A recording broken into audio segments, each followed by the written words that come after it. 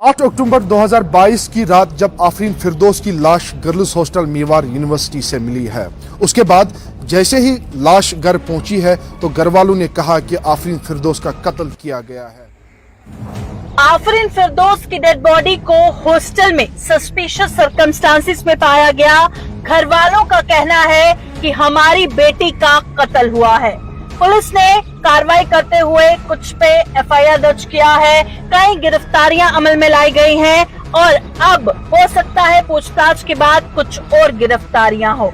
अब इन्वेस्टिगेशन के बाद ही तस्वीर साफ होगी कि आफरीन फिरदौस के साथ आखिर हुआ क्या था। मेवाड़ यूनिवर्सिटी के कुछ छात्र से बात करेंगे और आपको बताइए मेवाड़ यूनिवर्सिटी चित्तौड़गढ़ राजस्थान की है, जहां पे आफरीन फिरदौस बीएससी रेडियोलॉजी पढ़ती थी। पिछले 2 साल से इसी यूनिवर्सिटी की वो तालिब इल्म थी। आपको बताइए मेवाड़ यूनिवर्सिटी जो है इसमें लगभग 300 के करीब जम्मू कश्मीर के छात्र पढ़ते हैं और पिछले कई सालों से इसी यूनिवर्सिटी में आफरीन फिरदौस भी पढ़ती थी। और उसके बाद जैसे ही 8 अक्टूबर 2022 की रात आई तो आफरीन फिरदौस की लाश एक रूम में पड़ी थी।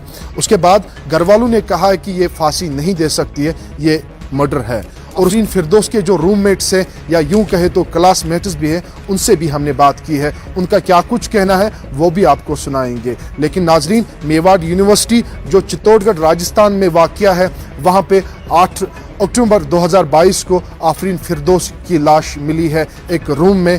घर वालों का कहना ये कत्ल है आफरीन फिरदौस की।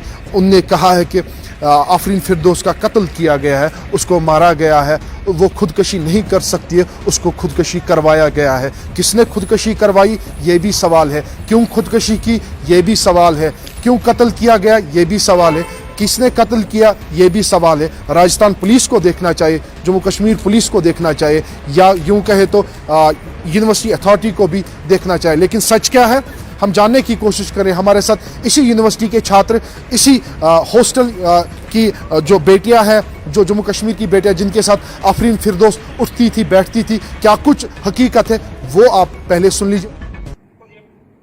आपको कैसे पता चला कि उसने फांसी दी और आप पहली लड़की है जो उस रूम में गई है, तो क्या माजरा था वहाँ पे और आपको किसने बोला कि उसने फांसी? सर सुबह के 5:30 बजे से ही हमें कोई कॉल कर रहा था, अननोन नंबर से कोई, तो हम रिसीव नहीं कर रहे थे। बहुत सारी लड़कियों को कॉल आ रही थी। अब सुबह के टाइम सब सोए हुए होते हैं, कोई किसके लिए कौन जागा होता है, सोचने वाली एक बात है।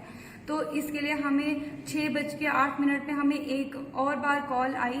तो देन 2-3 लड़कियां पहले से ही जागी हुई थी, उनको भी बहुत बार कॉल आ चुकी थी।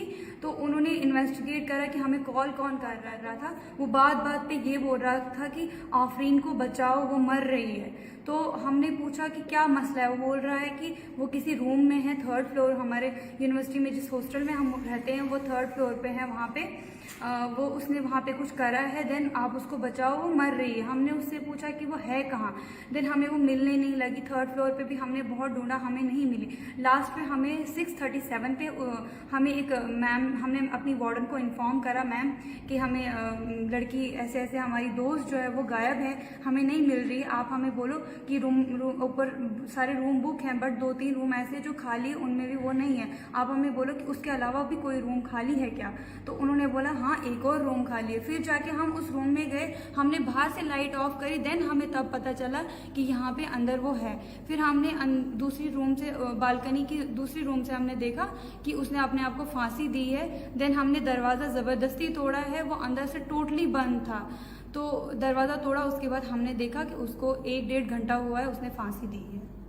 तो ये बताइए कि आपने कहा कि अननोन नंबर से कॉल आई, कितने लड़कियों को कॉल है और अगर आपको भी आई है तो फिर उसके बाद आपने फोन रिसीव किया तो उन्होंने क्या बात? सर वो इतना ही फोटो भी सेंड करी थी जिसमें कि उसने मतलब फैन के साथ दुपट्टा लटका के रखा हुआ था।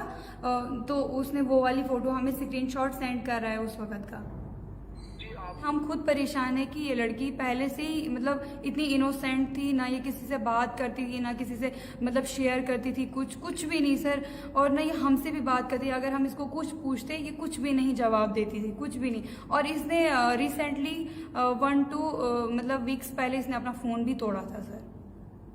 तो मतलब इसका उठना बैठना बात करने का तरीका क्लास बहुत में? सर ये बहुत इनोसेंट थी, बहुत डरती थी किसी से बात करने को भी। हम इसको बोलते थे कि आफरीन अगर आपके दिल में कुछ भी है आप हमें भी शेयर किया करो, आप बहुत मतलब खामोश रहते हो, आप ना किसी से बात करते हो ना किसी को कुछ बोलते हो ना आप बाहर जाते हो, आप क्यों ऐसे हो। सर उसका एक ही जवाब होता था, वो सिर्फ स्माइल करते थे और बोलती थी मैं ऐसी ही हूँ। कि सब लड़कियों से डिफरेंट लड़की थी, इवन की पूरी कश्मीरी लड़कियों में से सबसे डिफरेंट लड़की थी। बाकियों की तरह उसकी थिंकिंग भी टोटली यूनिक थी as compared to other students. जितनी भी लड़कियां हैं JNKC जो यहाँ इस टाइम पढ़ रही है डिफरेंट कोर्सेज में,